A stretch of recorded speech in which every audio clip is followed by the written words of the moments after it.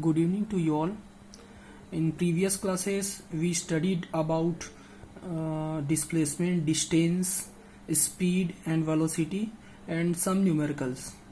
Now, today we will study about graphs of motion. Means we can represent speed, velocity, and relation between speed and velocity in the form of graph.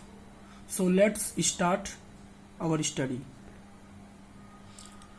Graph क्या होता है ये आप पहले भी पढ़ चुके हैं क्लास 7th और 8th में. तो अपन यहाँ पे एक ग्राफ देखते हैं जैसा कि मैंने बनाया है, ग्राफ ऑफ मोशन. ठीक है, तो सबसे पहले ये वाला ग्राफ को देखिए. यहाँ पे एक्स एक्सिस में टाइम और वाई एक्सिस में है डिस्टेंस. ठीक है, ये एक्स एक्सिस है और ये है वाई एक्सिस. यहाँ पे हमने कुछ उसको डिवाइड किया नंबर देके 1 2 3 4 और इधर से 5 10 15 एंड 20, मतलब इक्वल इंटरवल लेना है, चाहे जो भी नंबर आप ले सकते हैं. तो यहाँ से सबसे पहले मैं ये ए का देखता हूँ. तो ए का यहाँ पे ग्राफ मिला ऐसा. तो ये ग्राफ क्या रिप्रेजेंट कर रहा है कि जो ए का पोजीशन है वो वन क्या सेकंड, टाइम का यूनिट सेकंड होता है. तो 1 सेकेंड में वो कितने पे था, 10 मीटर पे था. ठीक है, फिर यहां से 2 सेकेंड में कितने पे था, 20 मीटर पे था.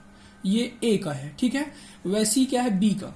तो बी का देखते हैं. तो बी का देखिए यहां से 1 सेकेंड में कितने पे है, 5 पे है. 2 सेकेंड में कितने पे है, 10 पे है. 3 सेकेंड में कितने पे है, 15 पे है. और 4 सेकेंड में कितने पे है, 20 पे.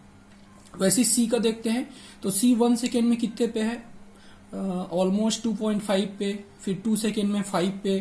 फिर 3 सेकेंड में 7.5 पे. फिर 4 सेकेंड में 10 पे. ठीक है, तो यहां से ये ए बी और सी का ग्राफ है. मतलब ए बी और सी 3 लोग हैं और तीनों का अलग अलग पोजीशन है विथ रिस्पेक्ट टू टाइम.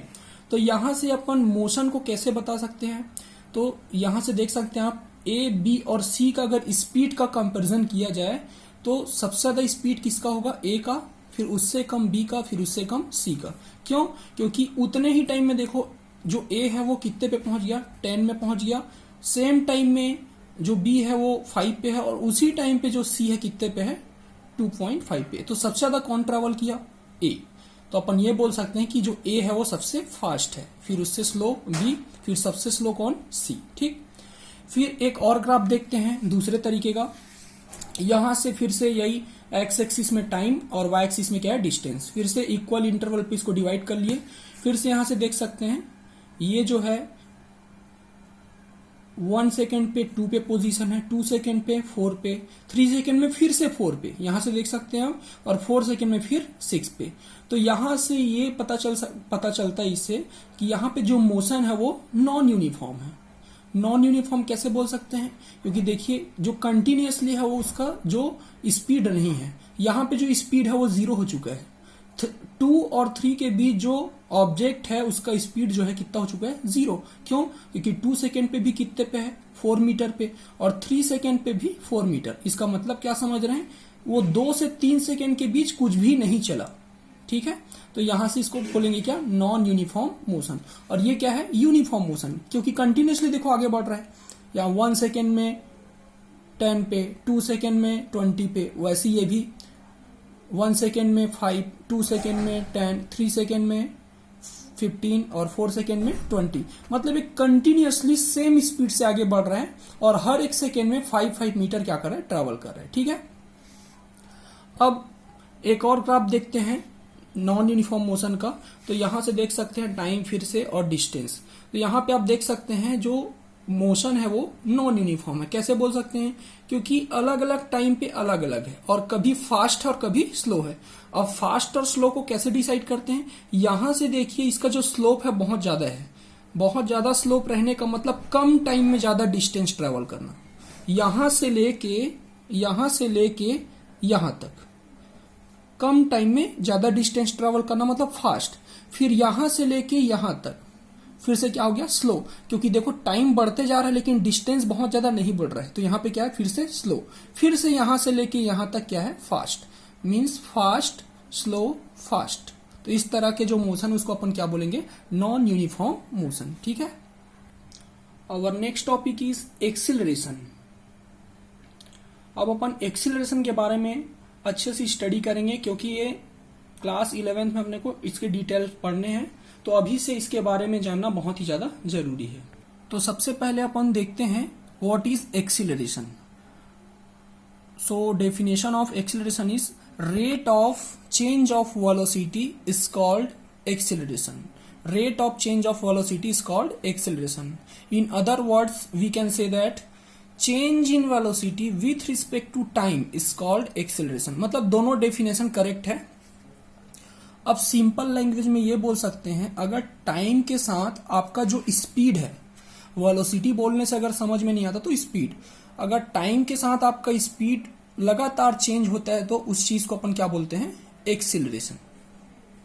जैसे कि एक सिंपल सा एग्जांपल बताता हूं, आप जब बाइक वगैरह या फिर स्कूटी वगैरह चलाते हैं तो वहां पे आपके राइट साइड में जो रहता है उसको अपन क्या बोलते हैं, एक्सीलरेटर।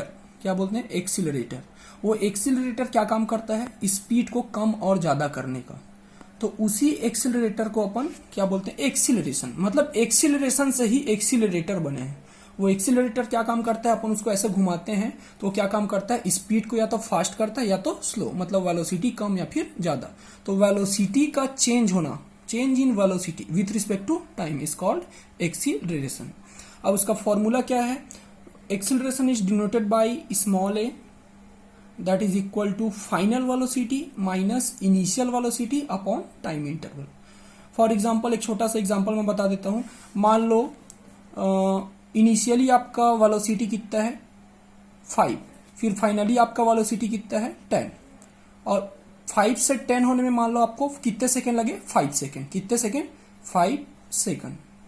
ठीक है, तो आपका एक्सीलरेशन कितना हो जाएगा, तो a इज इक्वल टू, तो इसी फॉर्मूले से क्या हो जाएगा, फाइनल वेलोसिटी कितना है 10, इनिशियल वेलोसिटी कितना है 5।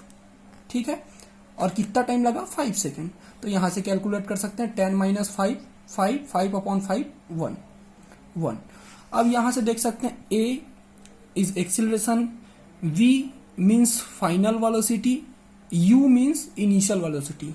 v and u both are velocity, but v is a final velocity and u is a initial velocity and t is a time interval. And unit of acceleration is meter per second square, not meter per second. Meter per second is a unit of speed and velocity, and unit of acceleration is meter per second square. Clear? So there are two types of acceleration, same as motion, uniform acceleration, and second one is non-uniform acceleration. So first we will study about uniform acceleration with the help of graph. Clear?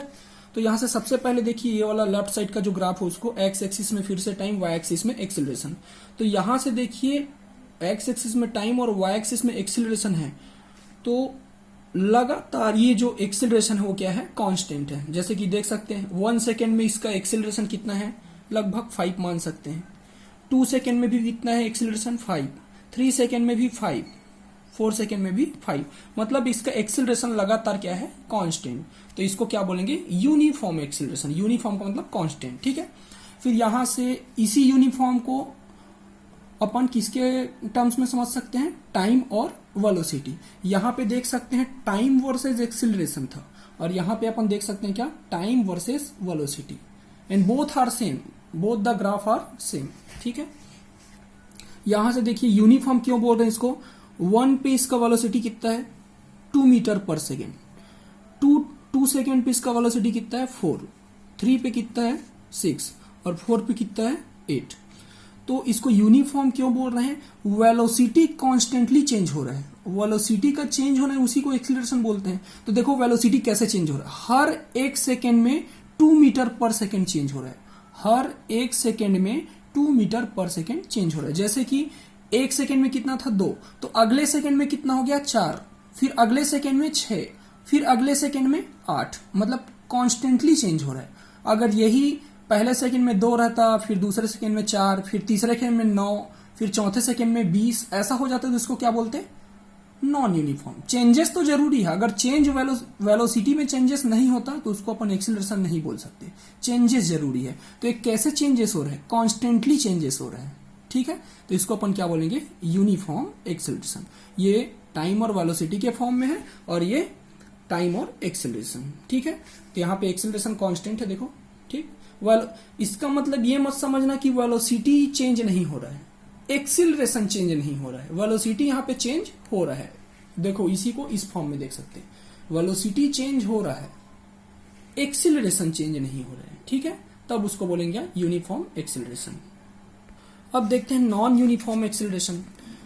Means जो velocity है वो randomly change होगा। जैसे कि यहाँ पे देख सकते हैं 1 सेकेंड में इतने से इतना हुआ वेलोसिटी, फिर 1 से 2 सेकेंड में थोड़ा सा कम चेंजेस हुआ, 2 से 3 में भी थोड़ा सा कम, लेकिन 3 से 4 में बहुत ही ज्यादा चेंज हो गया वेलोसिटी। मतलब वेलोसिटी का जो चेंजेस है ना वो कांस्टेंट नहीं है, नॉन यूनिफॉर्म है, इसीलिए इसको बोलते हैं क्या, नॉन यूनिफॉर्म एक्सीलरेशन, ठीक। दोनों में वेलोसिटी चेंज हो रहा है, यूनिफॉर्म में भी और नॉन यूनिफॉर्म में भी, लेकिन इसमें रैंडमली चेंज हो रहा है। कभी 1 सेकेंड में कभी 2 मीटर पर सेकेंड चेंज हो जाता है, कभी 1 सेकेंड में 5 मीटर पर सेकेंड चेंज हो जाता है, ऐसा। इसको बोलेंगे क्या, नॉन यूनिफॉर्म एक्सीलरेशन। क्लियर है आप सभी को? इसको जो ग्राफ है उसको और अच्छे से समझने की कोशिश कीजिएगा बुक से, ठीक है। Now next topic is equation of motion. So we will study about equation of motion in detail tomorrow, ठीक है। पहले अपन इक्वेशंस क्या होते हैं उसको देख लेते हैं। First equation is, there are 3 equations of motion ना। First equation is v is equal to u plus a t, second s is equal to u t plus half a t square, and third one v square is equal to u square plus 2as, ठीक। And what is the meaning of v u s t, let's see. Where u is equal to initial velocity, पहले भी बता चुका हूं मैं, v is equal to final velocity, s is a displacement, t is a time and a is a acceleration.